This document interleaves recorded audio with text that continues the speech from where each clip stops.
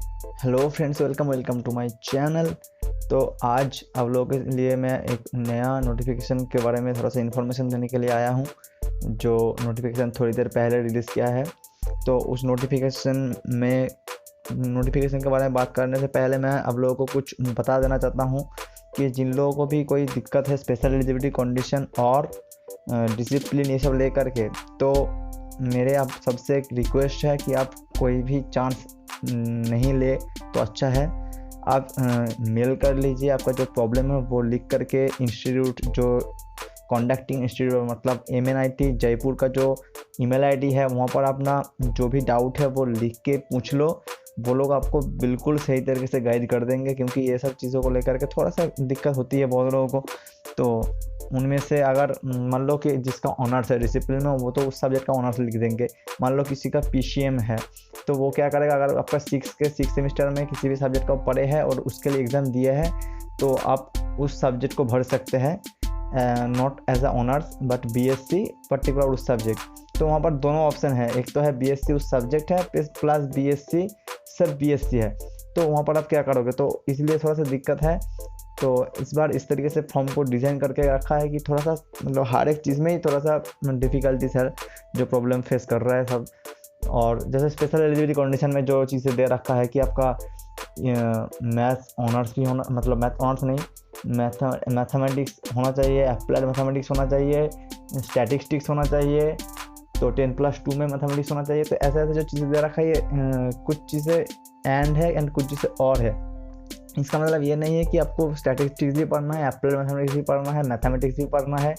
तो इनमें से अगर किसी भी एक को अपने 6 सेमेस्टर में पढ़े हो तो कम चल जाएगा। मतलब आपका मैथमेटिक्स 6 सेमेस्टर में थे तो आप एलिजिबल है। अगर आपका अप्लाइड मैथमेटिक्स थे 6 सेमेस्टर में, तब भी आप एलिजिबल है।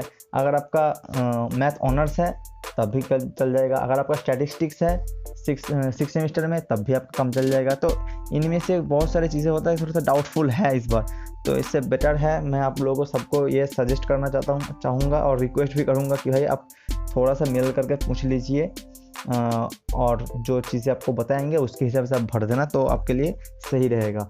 तो चलिए आज जिसके लिए हमने आए हैं तो उसके बारे में थोड़ा सा बात कर लेते हैं कि आज का जो नोटिस है, आपको पहले थोड़ा सा स्क्रॉल डाउन करके नीचे लेकर जाता हूँ। देखिए, आज थोड़ी देर पहले ये जो नोटिस है वो रिलीज़ किया है, तो इसके बारे में हम थोड़ा सा बात करेंगे। तो पहले से मैंने इसको डाउनलोड करके रखा है, तो चलिए दिखाता हूँ। तो ये है आज का नोटिस जो CCMN की तरफ से रिलीज़ किया गया है 11 PM पर, तो थोड़ी देर पहले रिलीज़ किया है। तो चलिए मैं आपको बता देता हूँ कि इसमें क्या है। कैंडिडेट्स में note that changes have been made in mapping and और special eligibility conditions of many program of different institute in CCMN 2021 15 June 2021 at 11 PM. Because of changes, some of the candidates may find some additional programs to fill as their choice.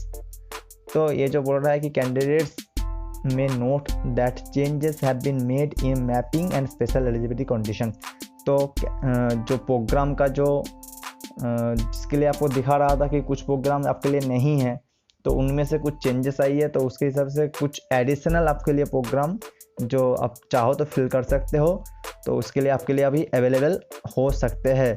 तो दोनों special eligibility condition and जो programme के जो mapping थे, वो दोनों में कुछ चेंजेस आए हैं 15 जून 2021 11 PM में।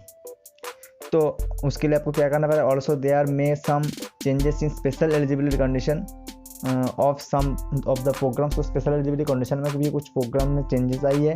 Candidates who have filled their choices on or before 15 June, जो स्टूडेंट्स 15 जून से पहले अपना जो फॉर्म था वो फिलअप, चॉइस जो था वो फिलअप कर चुके हैं, तो उनके लिए are requested to revisit their choice.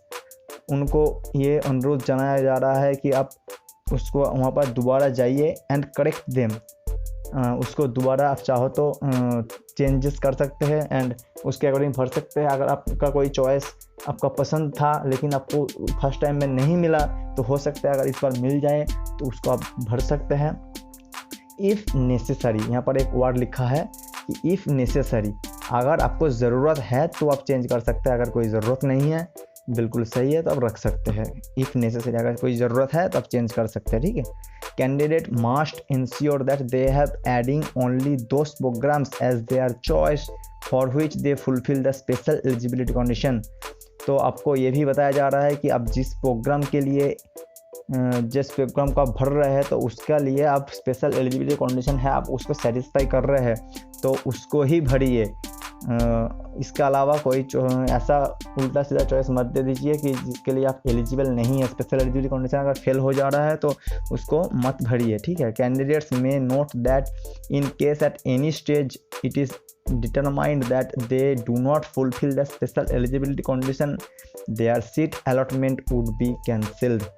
जो पहले से भी ये चीज़ तो भाई बोल्ड करके लिखा है, तो ये जो मोटा मोटा लिखा है तो इसका जो बात है ये बोल रहा है कि अगर आपने कभी भी मतलब किसी स्टेज में जा करके आपका जो स्पेशल एलिजिबिलिटी कंडीशन है वो अगर फेल हो जा रहा है तो चाहे आप फिजिकल जब रिपोर्टिंग है उस टाइम के जा कर के भी आपका सीट कैंसिल हो सकते हैं। तो स्पेशल एलिजिबिलिटी कंडीशन में कोई कॉम्प्रोमाइज़ नहीं है। जब जो स्पेशल एलिजिबिलिटी कंडीशन है उसके अकॉर्डिंग आपका चॉइस जो है जो अवेलेबल है आप उनमें से सिलेक्ट कर सकते हैं।